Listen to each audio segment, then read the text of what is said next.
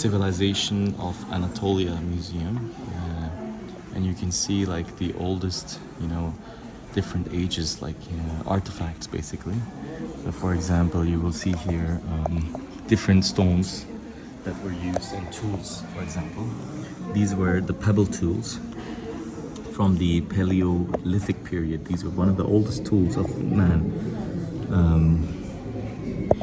So these were used for crushing and cutting and stripping works, like to make. You can see some of these are axes too. So they were made like blades basically from for cutting and so on.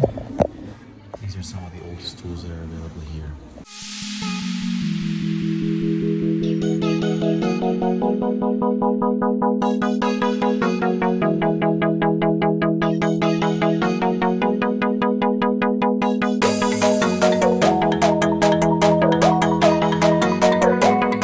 Now moving on to the next age. Now this is the second age, which is occurring. Let's give them an overview from here, basically. Neolithic stage, this part. So this is basically from 10,000 years, before Christ to 5,500 years to before BC. And this is the area which is called the Neolithic age area. So now we are starting to see some productive village life is starting in this area. Agriculture was invented in this time. Animals were domesticated and so on. They started making more specific tools, vessels for storage. We will see a painting which will show us a plan of the village, of Chalcolithic basically. The village is made of different sections, and we will see that as a next stage.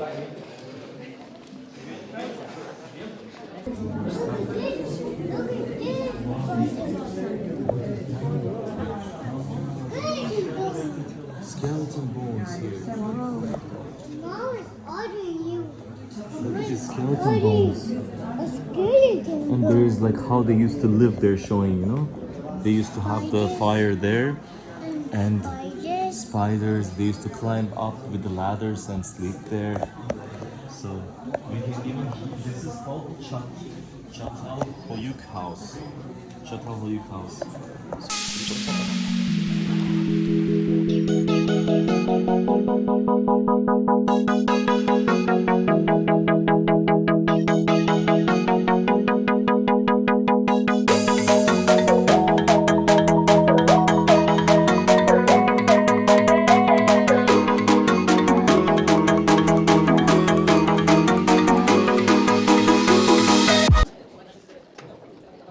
So here is the mural painting, which is believed to be actually the first village plan ever.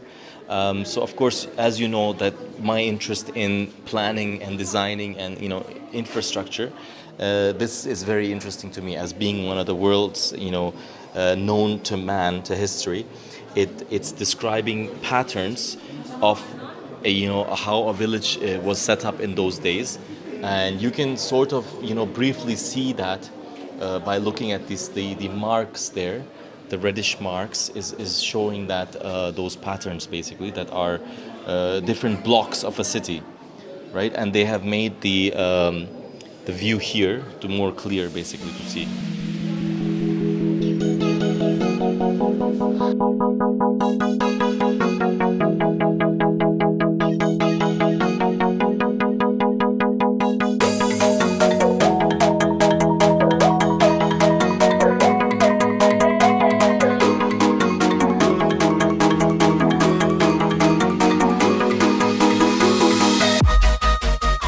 Here you can see the life, how it was for the houses, how they were built, how people lived in the Neolithic age. So this we're talking about 10,000 to 5,000 years BC. So you can see that they have like ladders going up and roofs, and then they have like certain areas here, and of course these are made with mud, with no stone foundation. And most of the activity was happening on the roof. So they would be spending a lot of time. Here you can see from here, they would be spending a lot of their days on the balcony, basically on the terrace, rooftop, which is also, that's how humans, I believe, that's why we also crave these sorts of areas. So in the other, this kind of like areas, like terrace, which was used for when there is like rain or things like that, they would they would use that, and also they would bury their ancestors under the this area, and they would use it as a source of strength. They would get like strength from that. So this was their belief. They would feel that they were getting the strength from their ancestors by burying them. So as you can see in this painting here, below this was, this person is getting this. They feel like as if they're getting their strength there. So very interesting. You can see the diagram here of how they are kind of hanging around here, doing their work, maybe doing some cooking, barbecuing. And this area is more like a storage, like you're storing your meat, you're storing your things here.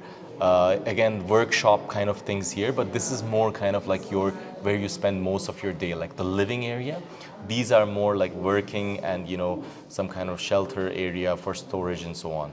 So this is how it was in the Neolithic stage. Now it's starting the Chalcolithic age, which is the age between, we talked about 10,000 to 5,000 years before BC. Now we will go from 5,500 to 3,000 years BC.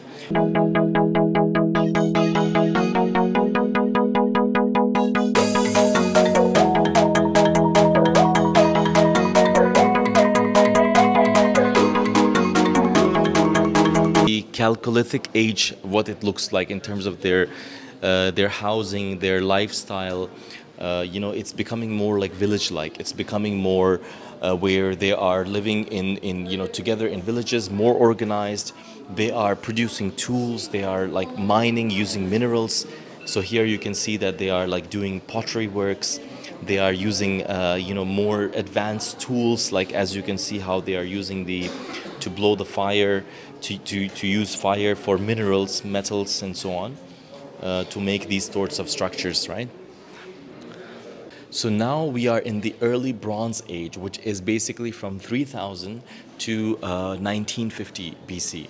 So now in the Bronze Age, obviously the name itself is talking about the word. Now we're talking about metal works. This is when is the invention of bronze by using copper with tin.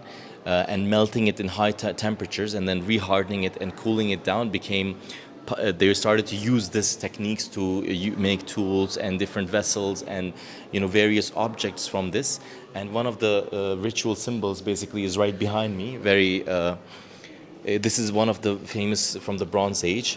It's a sun disk which was beautifully crafted from the ages of 2500 BC.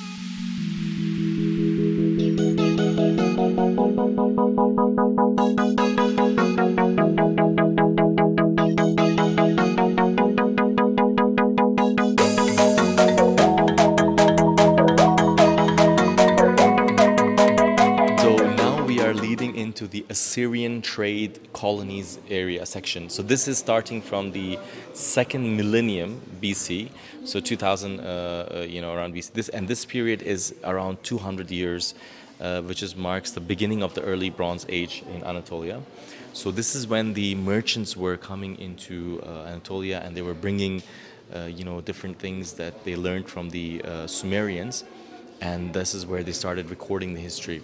So you will see terracotta, stone seals, stone molds, cosmetic boxes, these kind of ornaments, again bronze tools, these kind of like daggers and so on. Even we have something belonging to the king of Kanesh, which is something that we will see going forward.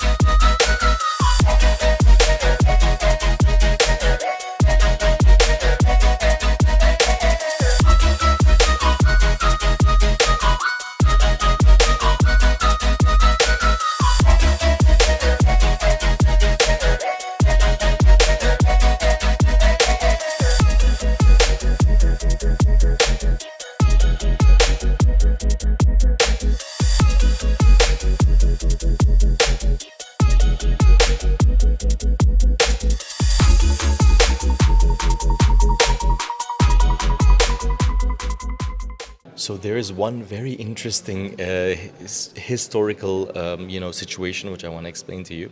It's related to law. So what used to happen in these times in the 19th centuries BC was that if this tablet here is called the River Ordeal Tablet.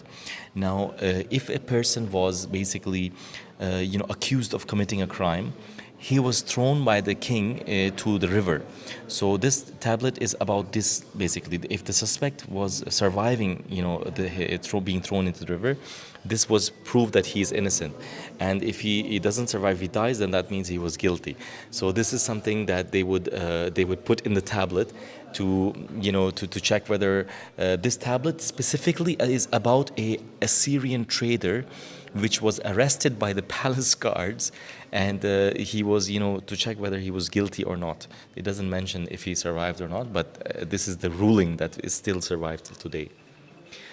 By the way, we have also something interesting, which is a marriage certificate here, which is number 24, which is this small certificate, beautiful looking certificate here, with 3 witnesses, and it's describing Assyrian Idi Adad's marriage with Anatolian Anana. So we can see intercultural marriages happening between Assyrians and Anatolians, and this is the proof of that. And by the way, an interesting point is that in this contract it is said that Idi Adad cannot take another wife in Anatolia, and if he did and divorced Anana, he had to pay her 5 minas silver. So they had very very actually complex contracts. And of course, if we have marriage, what else are we gonna have? Divorce. So we have certificate of divorce also.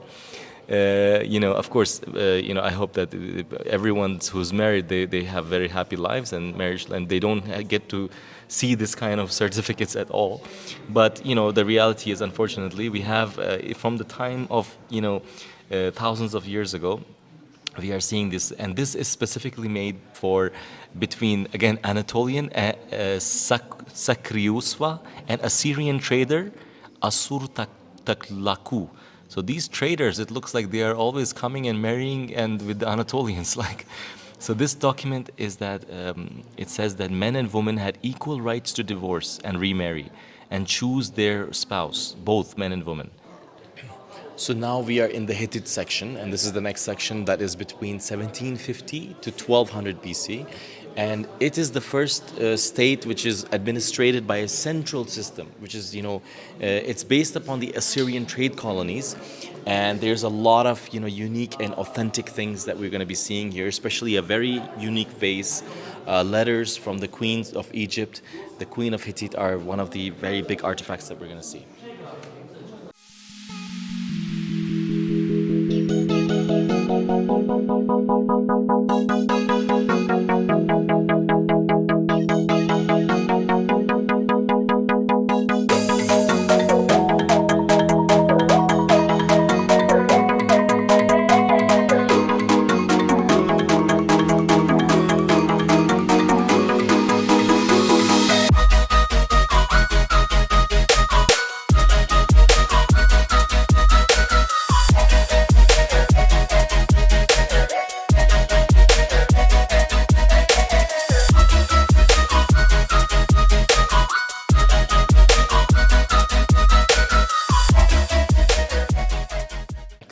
So the next section is the Phrygian section, and this is basically in 1200 BC when the Hittite Empire was collapsing.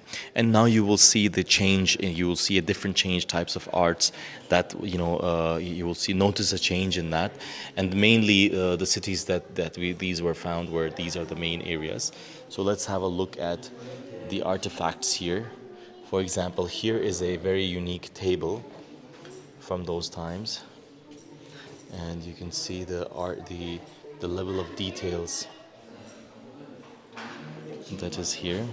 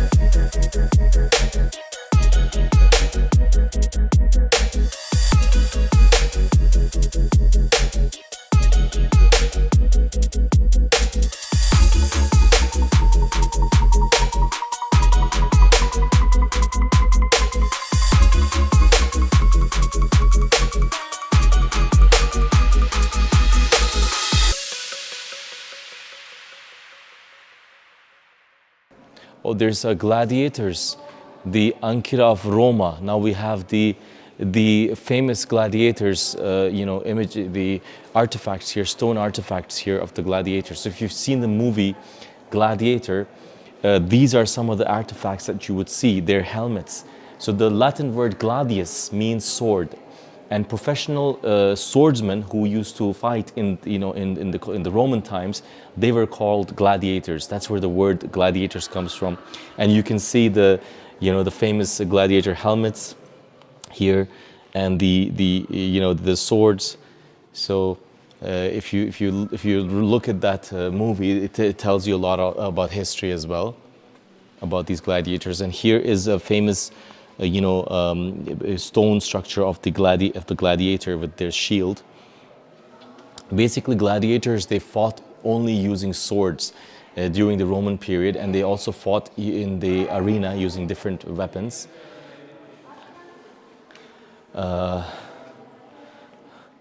Wait, let me see here.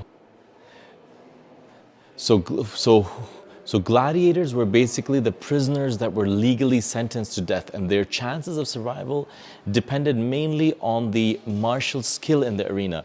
Except when they fought, they were forced to live in the cells under very poor conditions, and they were legally condemned to the game, to ad ludos, basically in Latin. That is the penalty of death by sword. So therefore, they were forced to fight for their lives in a public space or arena. And the gladiator establishment served to execute the heaviest penalty of law at the time. Then later on, it became taken on by professionals who fought as a job, as their job. But initially, it was mainly for serious criminals and prisoners of war and rebel slaves.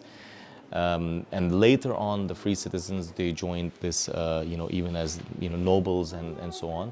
They started fighting for this cause as well.